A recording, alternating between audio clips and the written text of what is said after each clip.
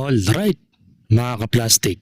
And this is me again, Big Sue, right back at it again with another content. At isang viral na naman ang aking tatalakay ngayong araw na ito o gabi sa inyong lugar. At tatalakay po natin mga ka-plastic. Ayan tungkol dito sa Paksilika mga ka-plastic. At lubang nakakabahala ito para sa ating mga kababayan. At hindi nila ito parang hindi nila ito binibigyan ng pansin maging ang gobyerno natin. Even ang mga media, mga ka-plastic, parang hindi ito ipinag-uusapan. Kahit na alam nila na makakaapekto ito sa pangkalahatan sa buong Pilipinas. So bakit marami nagsasabi na ang Paksilika ay lubhang napakadelikado, mga ka-plastic? So ano nga ba ang Paksilika? Ipapaliwanag po natin to. Kung ano ang Paksilika, kung ano sa palagay nila, mga ka-plastic.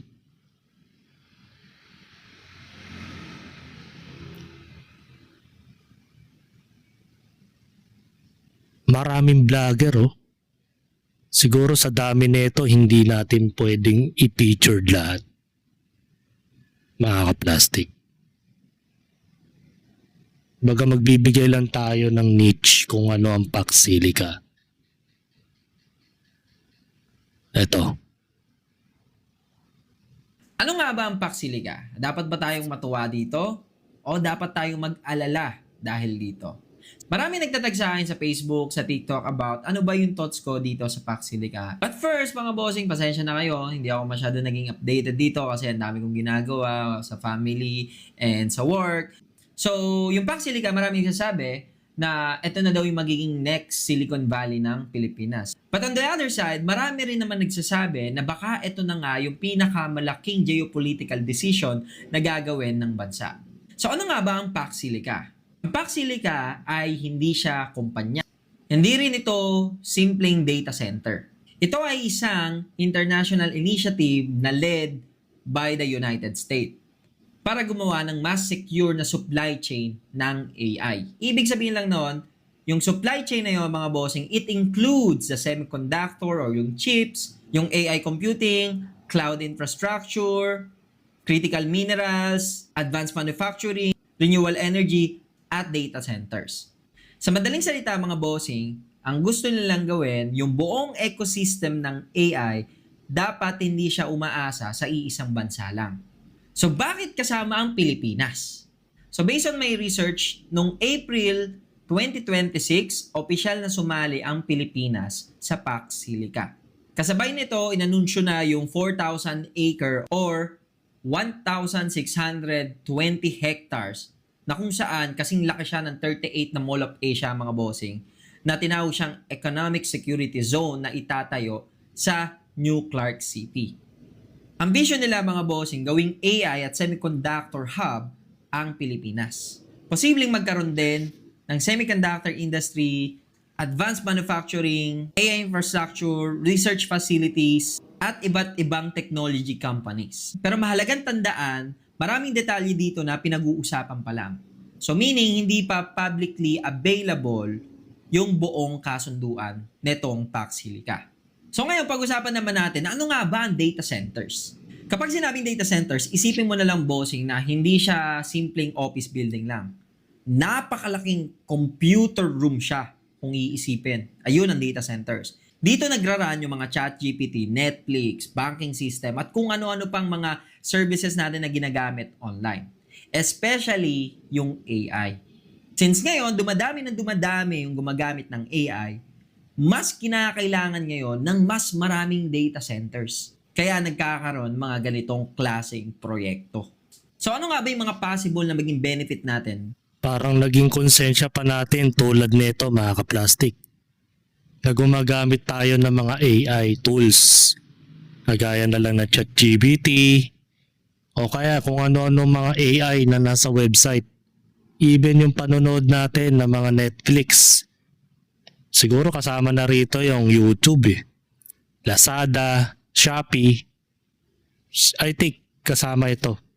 basta may kinalaman sa data center na kung saan nandun lahat yung mga data na ginagathered ng mga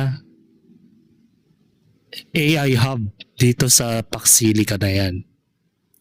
So mali pa rin naman ito para sa akin. Kasi isipin mo, marami ang masasakripisyong natural resources tulad na lang ng tubig. Hindi po kasi pwedeng gamitan itong supercomputer o yung mga data center nila nang walang tubig, mga kaplastik. Kasi nga magkokos ng overheat. Siguro pinagmamalaki ng ating Pangulong Bangag na binabaha dito sa Pilipinas kaya walang problema sa tubig. So doon kayo nagkakamali.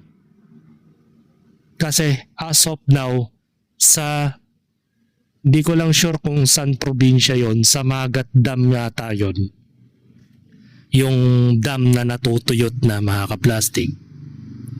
Di ako sigurado kung sa Magat Dam yun ha. Nakasalukuyan na pong natutuyo na. Dahil may ilang buwan na tayong hindi dinadalaw ng bagyo.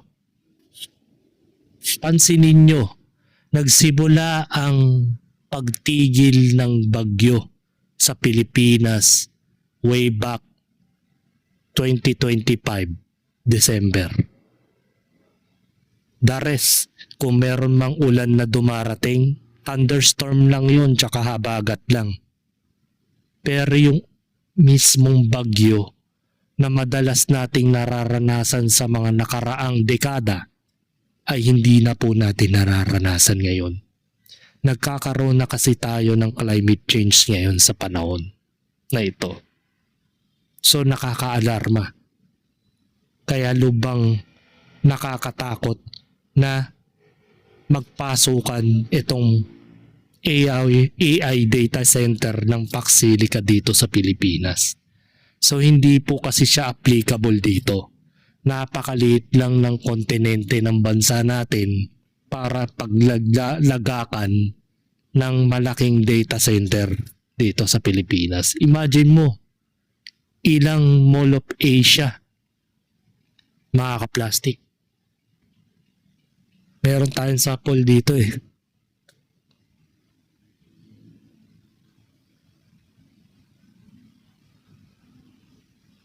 Ayan oh. 444 times ng Philippine Arena ang lawak ng Paxilica na itatayo sa Clark City, Pampanga. So kawawa naman yung mga indigenous na ating mga kababayan dyan. Tulad ng mga Aita, wala silang matitirhan. Anumang oras pwede silang palayasin ng local government ng Pampanga at tatayuan lang ng polluted na Paxilica. At bukod pa dyan, mga kaplastik, hindi lang po tubig ang kanilang kukunin. Mga yamang mineral tulad nito.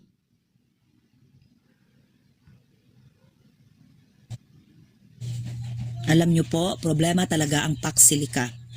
Nanganganib po talaga ang Pilipinas. In US, ang dami-daming tao in different states rallying against Paxilica. And in the Philippines, iilan lang ang nakakaalam na nakakatakot at namimiligro ang buhay ng mga tao. Ganito po kapatid ha, bakit maapektuhan tayo ng Paxilica? Wait, I'll just give you an overview. On September 2025, last year, ipinasa ng administrasyon ni Bongbong Marcos ang RA 12252, that is the Investors Lease Act. From 50 years na uupa, mag-rent, muabang ang mga foreigners sa atong lupa. Nag-additional sila ng 25%, di ba? Ay, 25 years, sorry. Then, sa katuna RA 12252, naging 99 years na ang pag-lease, ang pag-upa, ang pag-abang nila sa ating lupa. Ergo, Isang siglo halos. matagal yung stay nila in which wala na pong makakapigil dahil sino pang buhay niyan? 99 years na upahan imong lupa? Are you still alive? No? Para palayasin sila? syempre sila na ba may-ari niyan? Giutakan lang ta nila, no? Giutakan ta. Then on March, the Philippines, sila Bongbong Marcos, they expressed their intention to join Pax Silica. And true enough, on April 16, 2026 this year, they signed an agreement dito sa Washington DC na they signed a treaty ni-appeal na nag-join na sila sa Pax Silica.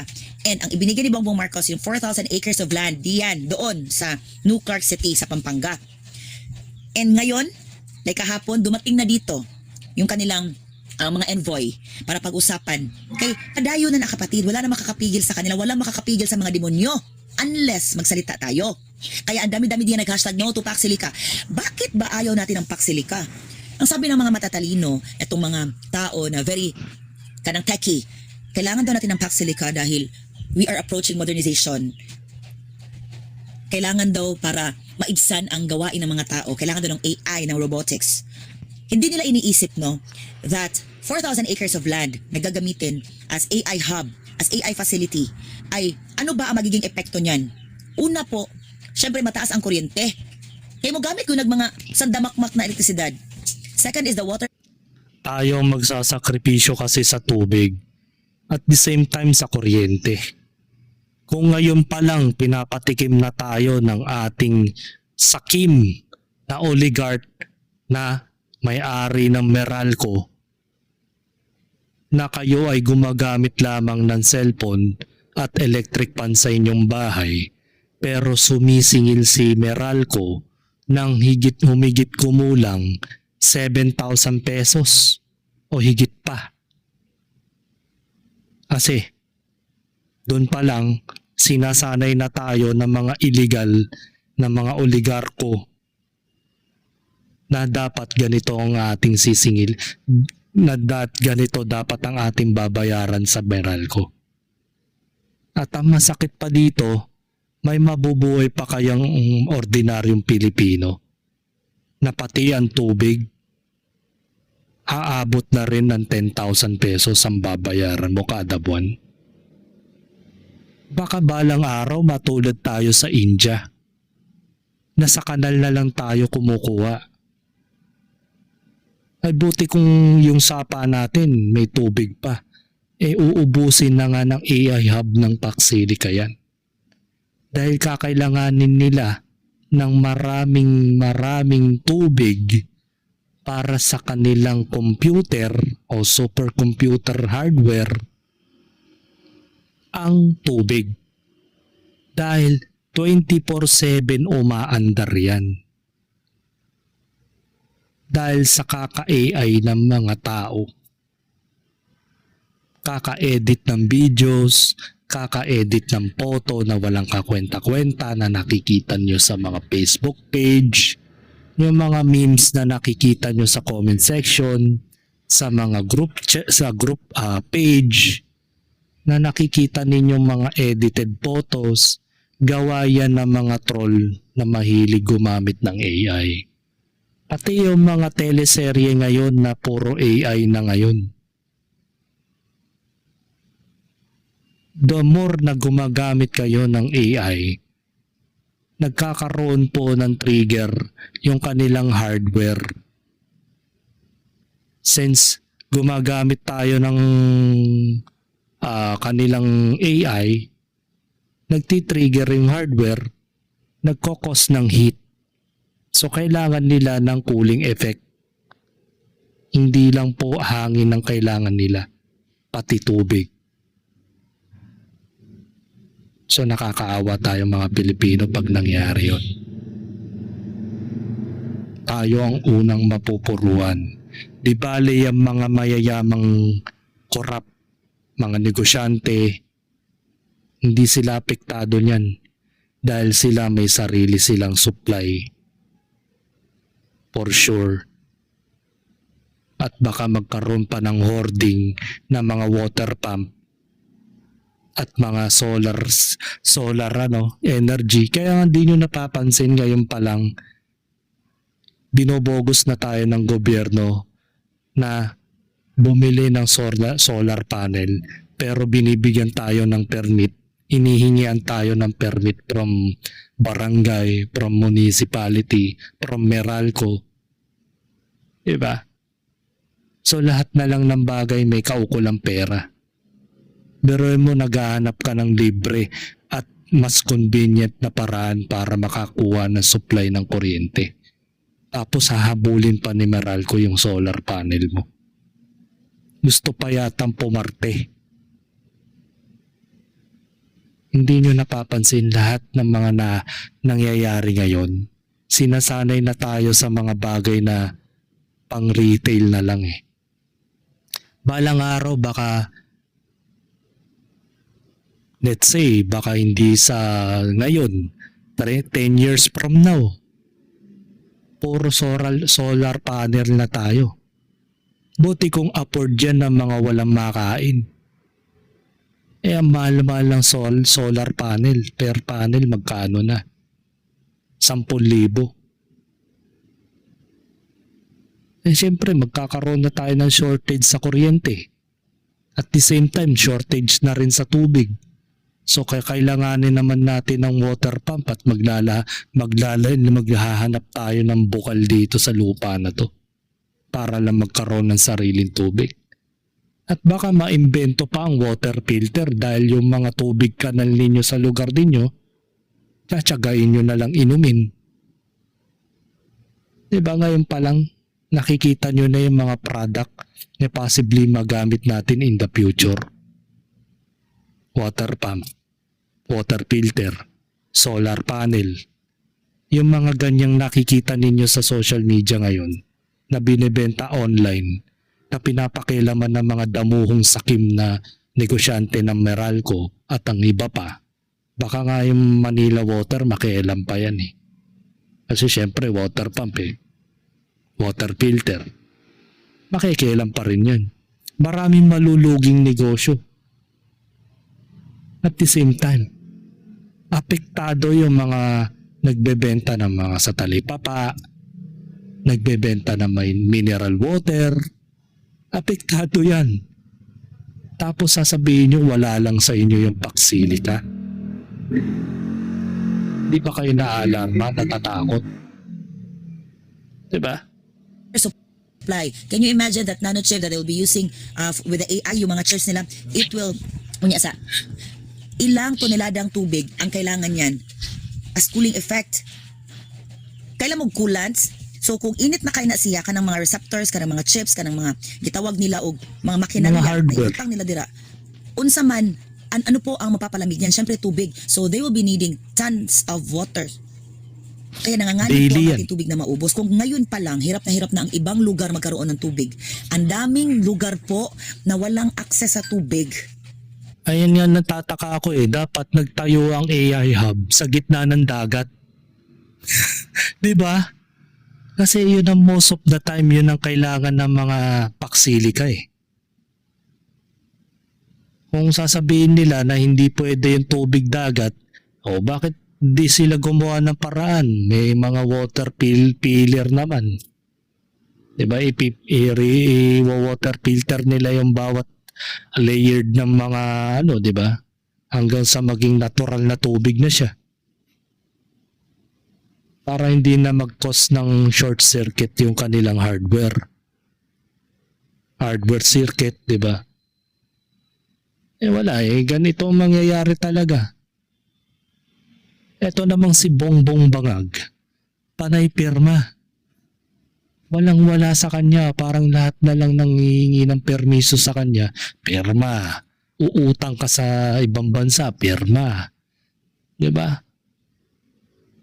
Puro na lang, lahat na lang pinagsang-ayunan niya, hindi man lang nirebisa kung makaka-apekto ba sa polusyon o pagkasakripisyo ng mga taong bayan. Hindi pa nga siya nakakasolusyon sa flood control. Magdadagdag na naman siya ng panibagong problema dito sa Pilipinas. Yan kasi kamali kayo ng binoto.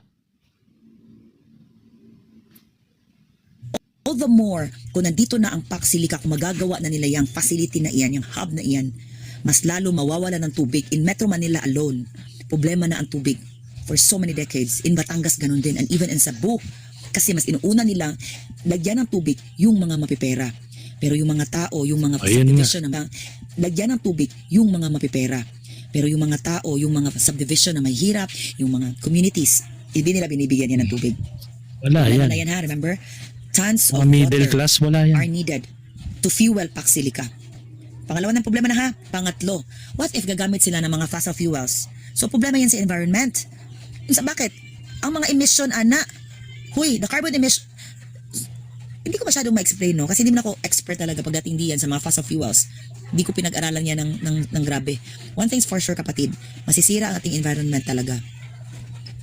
And mga residual fuels, mga fumes, sira ang ating environment. Okay, mainit man na. Data centers, it will require energy. It will require our lives, no, para ma-fuel na sila. Buhay natin po ang nakasalalay, nakataya dito. Kaya nasa inyo po kung naintindihan niyo ang epekto ng Pax Silica. So learn human. Hindi yata napaintindihan mga kaplastik. Para mas malinaw sa mga manonood ko, ito po yung magiging resulta balang araw. 5 years from now, kung sakaling ma-operate na ang Pax Silica dito sa Clark City, ganito ang magiging kainatnan ng buhay natin. Tingnan natin to. Gusto nyo bang malaman kung anong pwedeng mangyari sa Pilipinas dahil sa Pax Silica? Panoorin nyo to. This is our cold water pressure in the kitchen. This is where I fill up water for storage. Those are the things we have to fill up to flush the toilets.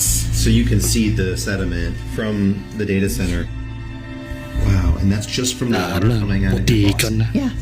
And this is what's in all the pipes. It's overwhelming because you really feel like you are up against this huge wall that you can't penetrate. There's nothing that you can do, and they don't care. I'm here in Mansfield, Georgia, driving by Meta's new 2 million square foot data center facility. Facilities like this are being used to power things like ChatGPT and other AI tools that are becoming integrated into our daily life. Data centers can be a very hot item. This entire supercomputer is built to power Grok. We see data centers as the most exciting asset class. Meta is building a 2 gigawatt plus data center that is so large it would cover a significant part of Manhattan.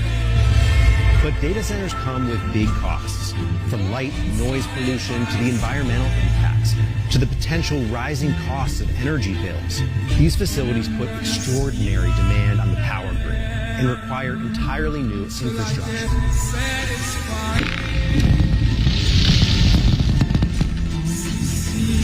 They should be responsible for that, not us. Gusto nyo Ito na ang naging resulta sa kanila. Kung mapapansin nyo, yung kanilang gripo, wala nang lumalabas na tubig ng dahil lang dyan. Aantay nyo pa ba na tayong mga nasa Metro Manila hindi na makakaranas pa na makakainom ng tubig? At maraming negosyo ang masasagasaan dito, tandaan nyo yan. Maaaring maapektuhan ng mga maliliit na negosyante. Dahil wala na silang supply ng tubig. Nakakatakot to, mga kaplastik. Meron pa. Para mapaniwala ko kayo. Hindi nyo naman naramdam sa ngayon. Pero I'm sure, babalikan nyo tong video na ito, mga kaplastik. Panoorin natin to. I have a jar right here. This is the current drinking water in Morgan County, Georgia. Right after a data center was constructed, the Meta data center was constructed, the only difference between the clean water and this was that data center. I have another one Ang dumi as na. well. So this wasn't just one well. These wasn't just one family's situation. This is what the drinking water now looks like next to that data center. And I think both of us can agree that neither one of these things are drinkable. These families now have to ship, in a rural area, have to ship water to their house in order to cook and bathe themselves. Now, I'm curious if the EPA plans any investigations on how data centers are affecting water quality and availability. I understand what you said about the rule, but are there going to be any open investigations on this issue? So as soon as I get back to the office, I will be looking into exactly what you've just talked about, because anywhere, whatever type of construction it is a priority to ensure that water quality standards established by EPA are being met. And so we'll be looking into that certainly. Talaga ba? Talagang yung magkakaroon ba na magkakaayusan pa yung mga water supply nila dyan? Kung ngayon nga lang nakikita na natin putik na po yung lumalabas. Nakakaawa ang Pilipinas pag ganito rin ang nangyari.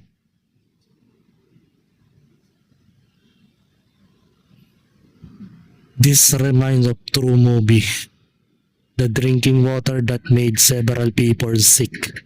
Julian Roberts played the role as Erin Brockovich. Baga mayroon pong pinikula to. Hold up.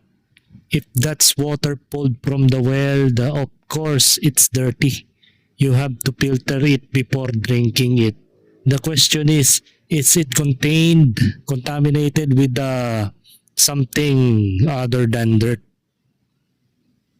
I think it's galing yan sa gripo. Yung pinakita ng abogado, mga kaplastik. So ito, dito na muna magtatapos ang ating kwento patungkol dito sa Paxilica. Kasi parang wala rin naman tayong magagawa kung ang gobyerno na mismo ang nagdesisyon. Kahit na siguro tayo ay mag-rally, kasi nababalitaan ko na 2 taong libre ang renta ng mga yan dito sa Clark City, Pampanga nang walang babayaran. Diba? Ang swerte nila. 2 taon walang bayad. So ano na lang ang mangyayari sa Pilipinas in the next 10 years? Saksakan na ng krisis niyan, mga kaplastik. Marami magtataasan na naman ng mga bilihin. Natitiyak yan. Talagang ganyan ang mangyayari. So sana, bago pa dumating ang election 2028, kung sino man ang mananalong presidente, ay sana po mapigilan man lang. Wag nang ituloy. I-abolish ang Paxilica at wag na silang magpakita rito sa Pilipinas, mga kaplastik. Kung ang dahilan lang naman ay paggamit ng AI, hindi na namin kakailanganin ng AI kung ganito lang din pala ang magiging resulta, mga kaplastik. No bang nakakaalarma kasi tayo rin ang magsasakripisyo in the end of the day, mga kaplastik. So hanggang dito na lang ang aking opinion, and this is me again, Big Sue. Lagi nagsasabing ang mga plastic ay matagal mabulok dahil ang mga plastic ay toxic. Kaya, what's up mga kaplastic? And this is Kambid, commentary video ng Video Live Stream. Signing out. Alright. Mga kaplastic, kung nagustuhan nyo ang aking video, isubscribe nyo lang ang aking channel. At the same time, i-hit nyo rin ang notification bell at yung all para ma-notify kayo sa aking susunod ko pang video sa aking YouTube channel. Maraming salamat po mga kaplastik.